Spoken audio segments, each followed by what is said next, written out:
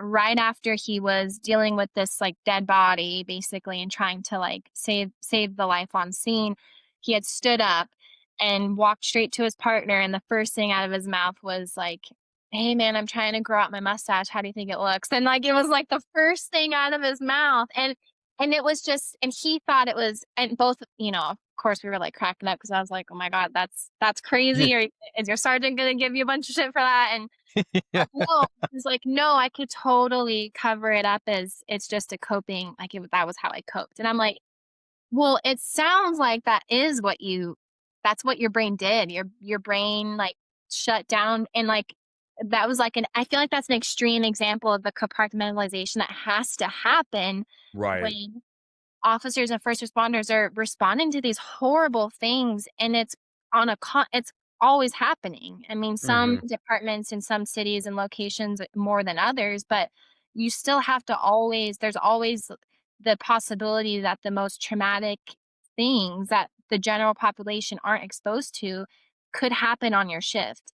So I think it's hard to ask officers to just not do that and not shut off completely, because you kind of have to if you're going to perform your job well.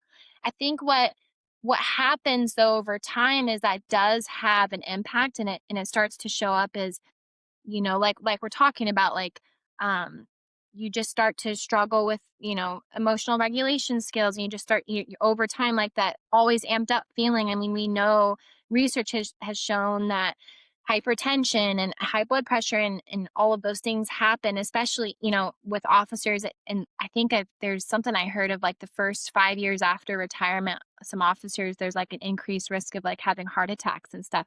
And I Mhm. think that just shows that this job, law enforcement and first responders, you're always on edge. So, Mhm.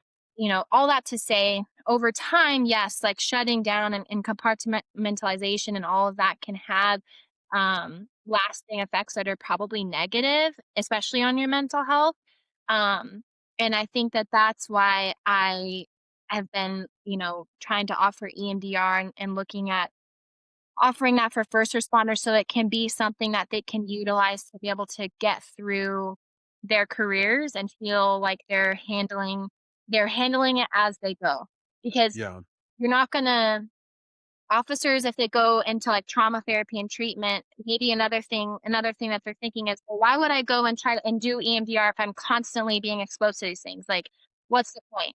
My suffering is gonna constantly be happening my entire career. Like, I'm just screwed at this point. Like, there's no right. And so, but I do think that like managing it as you go can be helpful long term for sure.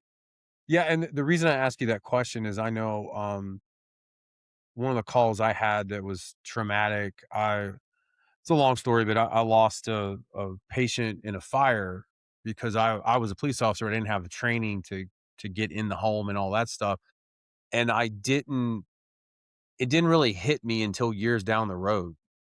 Like, I was mad, I was pissed off because the fire department didn't save her, and I was mad about that, and I was mad I couldn't save her, but I went on with the rest of the night answering calls, and I didn't really think about it until years down the road, and then it was like one of those things where, I don't know, it was weird, like,